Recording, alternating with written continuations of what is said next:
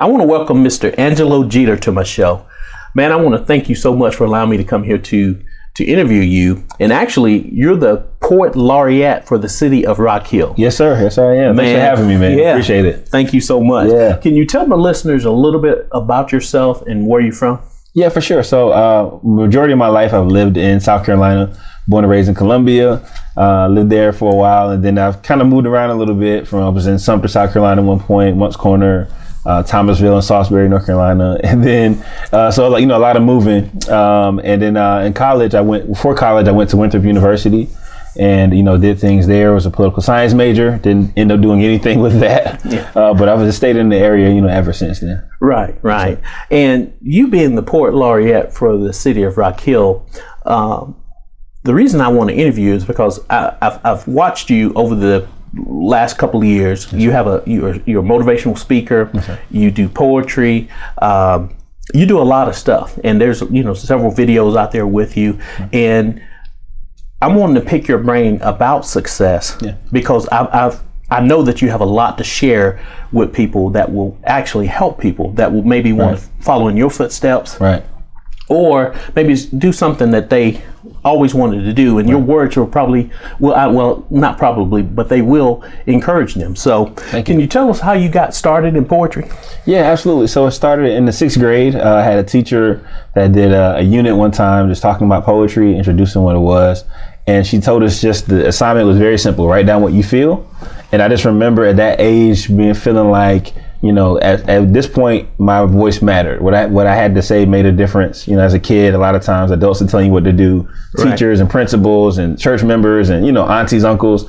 But, sometimes you didn't feel like they were listening as much as they were telling you things. Right. So in this situation, when the teacher said, just write down, what you felt, it made me really feel like I was free and like, oh, my voice really makes a difference right now. It's just me and the paper. And so I've been in love with writing and poetry ever since then. Wow. And at what age did you start speaking publicly? Yeah. I think, I think in general, I've always been kind of doing speaking. My mom is a musician and, in the church, we would do all kind of, plays and things like that. So from a young age, I think I've always been doing public speaking. But in terms of doing it in this capacity, I would say high school, I started doing oratorical competitions and things and singing in public and stuff like that as well. So that's what really started for me, to doing things publicly. Gotcha. And while you're out there speaking publicly, what can you tell a aspiring poet that could help them if they're wanting to basically do what you do with the motivational speaking, getting out there? What some advice would you give an aspiring poet? Yeah, I think the best thing I could say is to try not to be like anybody else. A lot of times if we have influences or we have people that we're looking up to, it's very easy to say, I'm going to do it exactly like how they did it. I'm going to say it how they say it. I'm going to write it how they write it. But really that's plagiarism, right? Right. And then after the plagiarism part is not authentic to who you are. So exactly. I think it's finding your voice and your place, in it. I like to do what I call swagger jacking. So I look at different people that are inspirations to me and look at what I like about this person, what I like about that one, and figure out how my style fits into that or transforms that, And so once you figure out what your voice is and how you want to do it for yourself, it becomes easier, and then practice and always educate yourself as well. Right. Gotcha. Yeah. And starting out, were there any mistakes that you wish you did make starting out in poetry? You may have fumbled on this or, can you help someone out with maybe when they facing some kind of mistakes or something like that? Right. Were there anything that you faced? Yeah, that's a really good question. So in terms of mistakes, I would say, I think starting out, I was very adamant on not trying to write poems like that other people had written. And like a lot of people were doing love poems around the time I was in college. Love Jones and all these other movies were out, right? Yeah. So so I made it a conscious effort to not do those poems. And but I think I should not have done that because it was something that everyone else was doing doesn't mean I was going to be the same way as them. Right. So that would have been something in my repertoire a little earlier. Now I write love poems sometimes, or now I write poems about social justice or what have you. But I was staying away from those things because I saw it so heavily concentrated. I saw people always doing these things. So I would say to not necessarily run from it, but think about how you can make it different. What do you have to offer, a new perspective and a new idea or personality to this thing instead of running away from it. Exactly. Yes. Exactly. Yeah. And being the Poet Laureate, what exactly does that mean? Right. For the city of Rock Hill, or for any Poet Laureate in any other city? What exactly is that for people that may not know exactly what Right, it is? yeah, Laureate just sounds like a real fancy title, right? Like it just makes it sound like you're important. But essentially, Poet Laureate means you're the official poet of that city, state, country, etc. So every state has a Poet Laureate. There's a national Poet Laureate as well. And then different cities and counties, like Rock Hill, for example, have their own. And so basically, there's a couple of things that you're supposed to do as a Poet Laureate, generally speaking. And then there's a few things that kind of just depends on who you are and where you are. So the thing that's consistent is that wherever city or town or state you're in, you write poems for that place. So for example, the mayor will commission me to write poems for events or things that he wants to honor people in the city or what have you. That's a consistent thing that all Poet Laureates do. Wow. So a lot of times you might see a state Poet Laureate write an inauguration poem if the governor gets elected or reelected or what have you, those kind of things. Or if there's an official thing that city or state does every year, you'll see a poet write something for that. So that's one thing that's consistent. And I would say the other things that just kind of depend on the city and just, how the landscape is really going into the community as well and educating about literacy. So for me, I start with the youth because that's when I discovered my love for it. So going to the schools and doing workshops, helping establish poetry clubs, doing events and activities, as well as doing things in the community, like creating events in the community as well. And I believe that service and advocacy and literacy go together. So, for me, I try to fuse all those things. Right. Yeah. And before COVID hit, did you travel a lot with that, or you mainly stayed in the city? How does that work with that? Yeah. So in terms of the Poet Laureate stuff, because it's Rock Hill based, I do those things here. But I also, as a performance artist, as a spoken word poet, I definitely have traveled other places and done shows and competitions and things as well. And so since COVID, I haven't really been able to do that. Exactly. But the good thing is that we use Zoom and Facebook and all these other things. So I literally did a couple weeks ago, I did a show in Chicago, but I was in my living room right here, here. So that's been the beauty of this, is that I've been able to still use my talent and visit places without physically being there. Right. Yeah. And just to help the listeners, when they're facing some adversity or any challenges with them wanting to become a poet or whatever they want to do, open a business. Right. Did you ever face any adversity as far as the naysayers saying that you can't do this? Why would you want to do this? Why would you want to write poetry? Right. Did you ever experience anything like that? Oh, 100%, always. I think especially for me, I'm a big hip hop fan. I grew up in like a hip hop era, I would say. And so that's what everyone's trying to do, become a rapper and that kind of thing. And I did do that too. I still enjoy doing that. But people didn't necessarily see the importance and necessity of poetry, and so it's, when I say poetry, it sounds almost like it was like a bad word. Like, why would you do that? Like, what black dude, what young black dude is writing poetry, Right. So yeah, that's definitely something I experienced. And I honestly, what I think what helped me get through it is just by doing it. Right. Even though there was, strong voices saying to not do this thing, the perseverance and knowing that I was supposed to do it, sometimes it's things that you think you should do and things you're supposed to do. Right. And it felt like something I was supposed to do. Right. And so as I kept doing it, people's eyes started opening and like, oh, this is poetry in a different way than I never imagined before. Exactly. And so it's educating and enlightening them too, as well as, helping me pursue what I want to do. Exactly. And I can tell you, growing up, I never run across, I could say I never saw any black poets in person. Now, obviously, when I got a little older, I did. Right. But growing up, and it's good that you're getting out there with the youth and affecting them. Yeah. As early as at the ages that they are. Right. But I never saw that. So that's absolutely excellent, man. So yes, sir. Thank you. That's good. Yeah. Starting out, how many hours would you say a week, a day, a month, or whatever? Yeah. Would you say that you dedicated to your poetry as far as practicing, or how many hours would you say a week or whatever? Yeah. That you dedicated to it to get to the level that you are now? Just starting it out. Yeah. Yeah. So, that's a lot of calculations right there. But I would say, so a little background. So I started the actual spoken word poetry in college. So, and I had been writing and stuff before then, but really college is when I discovered my true passion for it, I would say, right? Right. So, so I would say honestly, I was probably writing every day, or a couple times a day, and it wasn't necessarily finished poems all the time.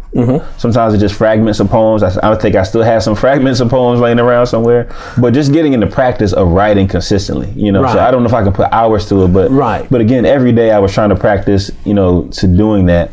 And in terms of the writing part and the performance, I think I was focusing pretty heavily on the performance part because I'm just naturally reserved, and so I had to really break out of that shell a little bit when you're on stage. You can't be timid when you're presenting this thing.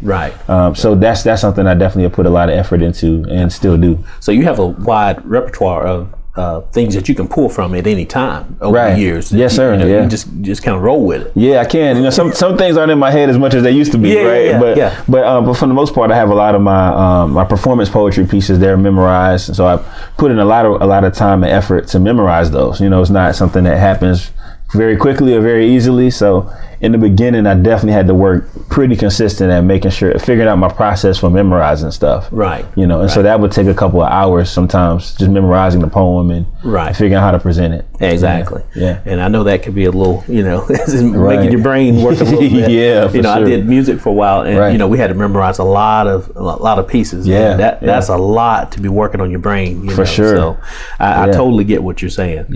So since we're talking about success, and obviously this is the purpose of this is to help someone become successful, and we're going to get the motivational word from you. How do you define success?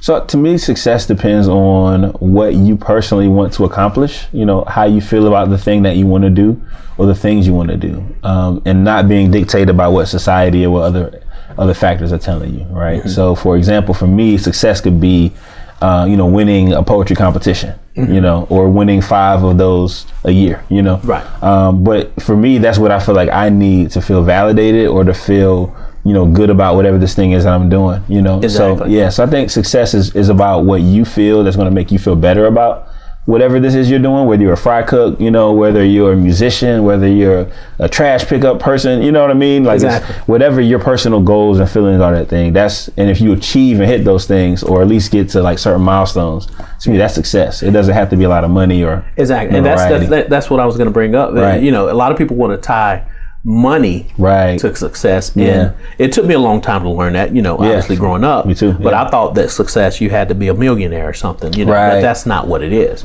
So you actually, you're hitting it right on the head, man. So it's just tied to your passion, what your calling is. For sure. And you have to be happy in what you're doing too. I think that's the biggest metric for success to me, is your happiness with it. Like, you can be doing something and you be really good at it, but you hate it. You hate people working jobs for 30 years that they hate.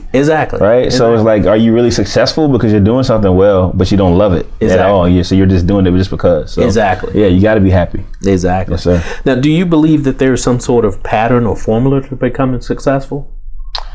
No, I don't think so. And I say that because the people that I look at as successful, Denzel Washington, Will Smith, Dr. King, is a hero of mine. Those people, they all had different ways of achieving, how they got to their success. One thing I think that is consistent, though, is consistency. Right. Consistency and persistence are the only things. But I don't think there's necessarily a model for how that looks. Absolutely. Absolutely. Yeah. And it's hard for people to grasp that sometimes, but they want to, put it in a certain categories. Exactly. Right. It doesn't work like that. But as long as you're steadily working on your craft and, whatever this thing is that you're doing, you're working your job and you're educating yourself and you're, sharpening your skills, then I think you're gonna be good at it, and you're gonna be successful at it. But you have to put that in. Gotcha. Put the time in. Yeah, absolutely. Yeah. And as a poet, what or who has been your greatest inspiration to keep you going, keep you motivated? Yeah. Well, I mean, honestly, so it's the answer as a poet, but as a person, I would say my family is the biggest inspiration to me. My mom is just an amazing woman, and I feel like the person I am is because of who she raised me to be and the person that she is. So it's a lot of it is that, and the family that I've been around, and just just growing up and just experiencing different things, and just seeing the things around me. That's just really allowed me to just pull from different things and different experiences from that. Absolutely. Yes, sir. And what has been your greatest accomplishment as a poet? Yeah, honestly, becoming a poet laureate was really big. That was literally one of the goals that I felt like one of my big career goals that I thought I might get by the time I'm 65. But fortunately, I was 33 years old when I got it. Right. And so to get that has been really a blessing. It's been an honor to become poet laureate. So that is one thing for sure. And kind of tied with that is I got a fellowship from the Academy of American Poets last year, and so it was a $50,000 fellowship, and that's what we were using to fund the festival that I was telling you about. Yeah, that we're going to be doing, and so that was really amazing too, to get recognition from this top. That's like the top poetry organization in America. Right. So to get that recognition from them, and for them to give me the fellowship, it was just really, really a big thing for me. So those are the two I would say. Absolutely. Yes, sir. Absolutely. Yeah. And since you kind of went there a little bit, sure. Let's go ahead and talk about that poetry festival that you're talking about. What's going on with that? Yeah, for sure. So as I mentioned, the Academy of American Poets granted a fellowship for me, and so we're using some of the funds from that to create the One Word Poetry Festival. So it's a 3-day poetry festival here in Rock Hill in May, from the May 21st to the 23rd. And it is going to be in person, even though it's COVID. We have, small capacities for the spaces. Everything's going to be socially distanced. And then we're going to film it and then show it later, too, for those that weren't able to be there in person. But we're going to have open mic, we have workshops, poetry slams. One thing I'm really excited, two things I'm really excited about is we're creating a youth poet laureate position in Rock Hill. So we'll be the first city in South Carolina to create a youth poet laureate. Mm-hmm. And so we're going to decide whoever that person is during the festival. That's going to be one of the biggest events, one of our marquee events for the festival, is that competition for who becomes the Youth Poet Laureate of Rock Hill. Right. And then we're on that last day of the festival, we have the Pulitzer. There's a guy named Jericho Brown. He just won the Pulitzer Prize for poetry, and he's going to be here doing a keynote reading for that as well. So the Pulitzer is like the biggest award you can get for any type of writing, so he's going to be here in Rock Hill and doing a reading, and so I'm really excited about both of those things. Man, that's great. Yeah. That's wonderful. And can you give us the dates one more time? Yeah, sure. May 21st to the 23rd. Gotcha. Yes, and it'll be here right on here in Rock Hill. Yeah. In Rock Hill. Yes, sir. Yeah. Gotcha. So mostly downtown. We'll be having in different venues downtown. We'll be having stuff. Wow. Yes, sir. Man. Now, I know, like I said, I know you speak a lot, and you go out. Have you written any books or anything? Or do you have any books in the work? Right, I'm actually working on a book right now. So, hopefully August or September of this year, it'll be out to the world. So I'm really excited about that. Been working on it pretty diligently for a while. Since a year since the pandemic started. Is when I really started honing in on it. So yes, sir. That's great, man. Yeah. That's great. And switch gears just a little bit, sure, because I'm curious. Yeah, for sure. Go ahead. If you could talk to one person in history to gain inspiration from, who would that be and why? Yeah, so that person for me would be Langston Hughes. He's one of my favorite poets of all time, mainly because he just had this ability to take this really big idea and to pare it down into something really simple that everyone can understand. What happens to a dream deferred, right?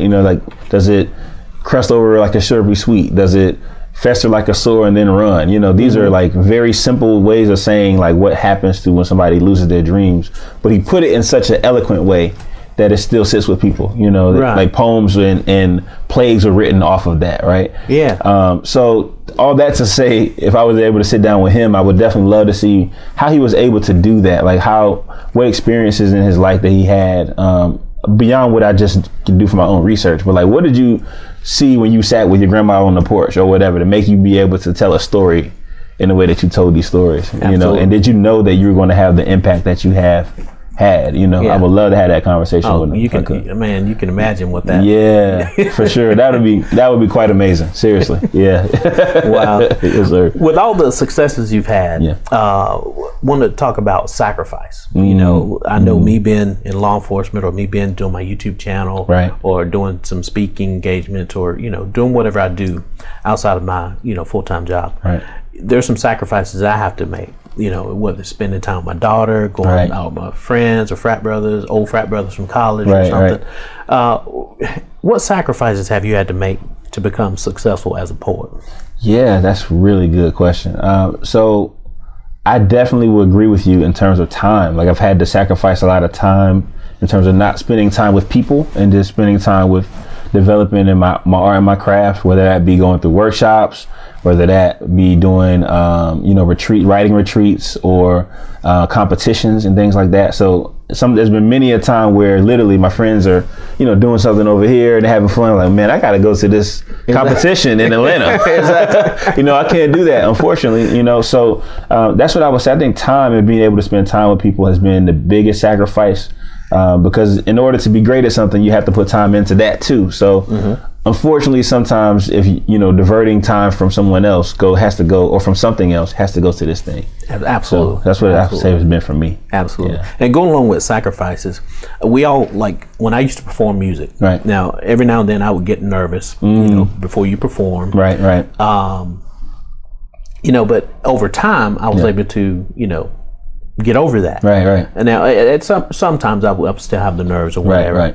But with the nerves and everything, what would be your greatest fear in what you do?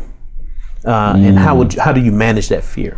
Yeah. Ooh, that's good. You're good. You're good at this. I try, man. I try. Well, for one, so I want to tackle the first part of what you said, even though it wasn't a question, is the nerves. I get nervous still every time I perform. But what I tell people is I think it means I get nervous because it means something to me. Right. So at the point that I don't get nervous, that's when a lot of fear is going to kick in for me. Because it means that I don't care about it anymore. Right. Right. So that's one thing. I would say my biggest fear in terms of being a poet is just having the point where I don't have anything to say. Absolutely. That would be really scary for me, or not knowing how to say something. Exactly. For sure. Exactly. Yeah, that would definitely work. Yeah, you can't be a poet if you're not talking about anything, But fortunately, there's a lot of inspiration around us, and even if you can't say it in that moment, there's a time and a place for you to say and figure out how to articulate whatever this thing is, that you're trying to talk about. Exactly. So, yes, sir. Exactly. Yeah. And how do you generate new ideas for your poems, the poems that you write? Yeah, a lot of that honestly is doing a lot of reading, especially. In the past year or two, I've really focused a lot on not writing, still writing, but focusing more on reading other poets or watching other poets perform. And then that just gives me a lot of ideas. So literally I could read a book and someone say a line or something, and I'm like, oh, that's cool. And I can create a totally different idea that has nothing to do with the poem they wrote, but it does inspire me. It just clicked a thought some kind of way, in my head. So that's what I would say, really watching other people, seeing the things that they're doing, and just being observant and cognizant of my surroundings. A lot of times I might find out some real random facts and information, and it's like, maybe that could be a poem some kind of way. Exactly. Like I heard about, and I haven't finished it, but for example, I heard about this place in Alabama that's called the Baggage Center, Unclaimed Baggage Center. So anybody that loses their luggage, like it goes to this one place, and then if you don't claim it by I think 30 to 60 days, then they sell it. They refurbish it, they repackage it, and they sell it. And I'm like, that's a poem some kind of way, because something that I lost, somebody else can refurbish and then make into something else to sell to other people. So random stuff like that becomes poems for me. Right. Yes, sir. Right. Yeah. Well, I wish my mind worked like that. I try to work it like that. Right. But that's excellent, man. That's excellent. Sir. Now, obviously, there's poets all over. Yeah. And obviously, there's poet laureates all over. But what's unique about you and your poetry? Can you dig a little deeper in that? So I guess what's unique about me, I think I have what I would call an aggressively quiet voice, right? So what I mean by that is, in terms of my presentation, I don't have to scream your head off, but there is power in it, in the way that I perform, and it's passionate way I perform, but it can get to you in a different way than whether I'm just screaming my head off, and really trying to yell when I'm doing something. Because it doesn't take all that. Sometimes. Yeah, it doesn't do that, right? So I have a very delicate way that is still aggressive, so it's still going to hit you hard, but I do it in an extreme. Like my language and my wordplay is really centered on making that a delicate, soft blow. So it's like someone hits you really hard, but instead of hitting you with just their bare fist, they have gloves on. Exactly. Right. So it still hits you, but it feels a little bit different because it's a little softer, and it caresses versus just trying to knock you over the head with these metaphors and things. So that's what I think is different about my work in terms of how I write it. And I put a lot of attention into how it's going to live in the world after I'm done writing it. So like when I'm finishing it, how is this going to live? How are people going to feel about this? How are they going to think about this poem 50, 60 years later? So I'm very meticulous on editing it and really paring it down or amping it up to make sure that it's getting over everything I want to say, and it also is going to have an impact beyond just today or tomorrow. It's going to live, 100 years later. Exactly. So that's what I would say. Absolutely. Yes, sir. And if you weren't doing poetry, what do you think you'd be doing? Now, if I wasn't doing poetry, yeah. So I mean, I do have a daytime job. So I work in higher education, so probably still be doing that, or just working with arts administration. I have a passion for that too. Wow. But also music. So I grew up singing, in choir, and I was in a couple R&B groups in high school and college and stuff like that too. So I think music has always been.